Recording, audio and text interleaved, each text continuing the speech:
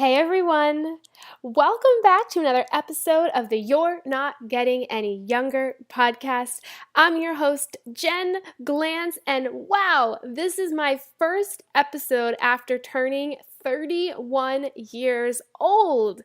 I'm so appreciative of all of you who sent me emails and posted in the You're Not Getting Any Younger Facebook group wishing me a happy birthday. It means so much. Back in the day, I remember when I was in high school, you would measure how important you felt on your birthday by how many balloons people brought to school for you. So if you had like a couple balloons, you felt over the moon happy and popular and cool. And it was looking back, it was such a stupid way of measuring your importance on your birthday. But I think in 2019, some of the ways you measure your importance now is by all of the people who comment and wish you a happy birthday. And it's such a nice thing to receive. It's just to hear from people all throughout your life, even people you never met in your life before, wishing you a happy birthday. And that is one of the things I need to get better at because I don't spend a ton of time on social media anymore. You miss people's birthdays, and there needs to be a better solution of this. I think I'm going to start putting people's birthdays in my calendar or writing them down or setting notifications. But I think that missing someone's birthday is one of the toughest things you can do. And I think it's something that I personally want to get better at, just to show people in my life that I care about them, that I'm thinking about them, that I remember them, because we all know how good it feels when people wish us a happy birthday. So thank you all so much for the birthday love. I'm excited about today's episode because I want to talk about something that happened to me last week. About a week ago, I found myself taking the train to Philadelphia, and I went there because I was invited to take over 2 classes at the Wharton School of Business and teach. And the lesson that I was asked to teach was all about how I started Bridesmaid for Hire, how I marketed Bridesmaid for Hire online without spending any money, how I got so much PR for Bridesmaid for Hire all by myself, and also how I was able to take a crazy business idea like Bridesmaid for Hire and push it out there to the world and get people to realize that they needed to hire me because, as you might realize, people back in the day, 4 years ago when I started Bridesmaid for Hire, they didn't wake up and think I need to hire a bridesmaid. So a lot of the lecture that I gave was all about how to do that, how to get people to find out about your crazy idea, realize that they need you, market to them online, and how to not give up when people call you crazy. So I was invited to do that. And because I was so busy for the past couple of months, I didn't have much time to think about it. I didn't have much time to prepare. On the train ride over to Philadelphia, I did all of my slides for the presentation in the train. So I did it all in about an hour and a half, put together the whole presentation. I arrived late at night in Philadelphia, and the interesting thing that happened was my game plan was to go to my room and do work. And I had told myself, if there's a gym in the hotel, then I'll go to the gym maybe the next morning, because why not? It turns out my room was next to the freaking gym, which I took as a sign of, okay, drop everything and go to the gym. So I'm on the gym and I'm on the elliptical, and one of the benefits of going on the elliptical is that you can use your phone while you're working out. And there I am on my phone on the elliptical Googling Wharton. And I knew that it was a great school. I knew that it was great. And here I am Googling it, reading articles how Wharton's the top school for business MBAs. It's a school where the average SAT score to get in is like 1,500 or 1,600. And I'm suddenly starting to think, oh my God, I don't belong here.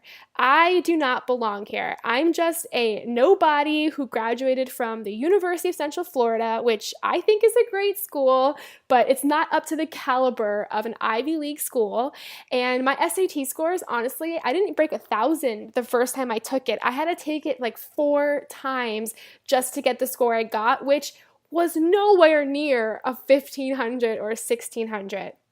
And I'm just starting to completely doubt myself.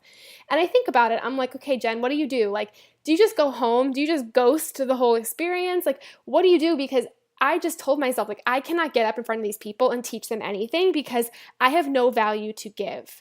And I was texting my mom. She's like, are you ready? And I was like, actually, I don't think I can do this.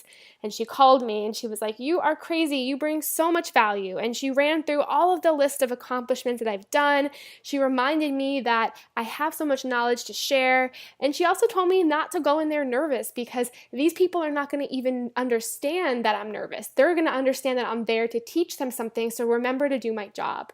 And she gave me this pep talk, and it was great. And I went to sleep because, hello, I just did 20 minutes of cardio, so I was exhausted. And I woke up the next morning and I felt sick. I have given tons of talks before. I've spoken on stages of 500, of thousands of people. I've done live TV more times than I can count on my hands and my toes and your hands and your toes. And I love it, and I hardly get nervous. But for some reason, I took 3,000 steps backward to become this nervous and self-conscious and doubting person that I haven't been since I was maybe 21. And I spent the entire morning almost sick to my stomach with fear, with nerves. And I remember I sat there and I thought to myself, okay, Jen, let's break down what is making you so nervous right now. And I spoke to myself out loud, which, by the way, works really well in New York City, doesn't work as well in Philadelphia. There's less people in Philadelphia than New York City, so people do look at you when you're talking to yourself out loud. And I was saying, okay, Jen, what's making you nervous is that you don't feel like you're good enough to speak to the students at Wharton. Okay, why? Well, because you didn't go here. Okay, who cares? You didn't get the best SAT score. Okay, that was 12 or 14 plus years ago. Also, who cares? They're gonna laugh at you because your business is crazy. Okay, if they laugh, I will be laughing too. And plus, I have so many things to show them that it is legit business and I'm proud of it. And as I was talking to myself out loud and breaking down all of these things that was making me nervous, I realized at the core of all of my fears was one thing. It was me making up excuses in my head. It was me telling myself a story in my head that wasn't even true. So what I did was I kept reminding myself of that, and I used about a couple of minutes to prep my mind to remember, okay, the things that are making you scared are not even real. You haven't even gone in the door yet. They haven't even laughed at you yet. You haven't even said anything where someone's like, that is the dumbest thing you've ever said, Jen. None of that has ever happened yet. So how could you be nervous about it? And the other thing I told myself is, look, this is an experience. You may never get to have this exact same experience before. So when you walk into that room and there are 70 faces looking at you, how do you make the most of it? How do you have the most fun? And a lot of times when I personally teach public speaking or coach people in public speaking, I try to remind them that it is very hard for people in an audience not to like a speaker who's having a good time. So a lot of what I reminded myself of was just enjoy yourself up there. Have fun. Tell jokes. If nobody laughs, at least you laugh. So I also committed to that as well. The other thing that I reminded myself of is one of the scariest parts of talking to an audience is that you are talking to people who you've never met before. So there's all this judgment that you think is going through their head. And that's honestly not true. By the way, humans have an attention span of 8 seconds. That is shorter than goldfish. So while you think people are looking at you and judging you constantly, when you're publicly speaking or you're presenting, the honest truth is that most people are looking at you, but then they're thinking a million of their own thoughts. So I kept reminding myself, when you're up there, these people are not going to judge you. But if you think they are, why don't you talk to them before it starts?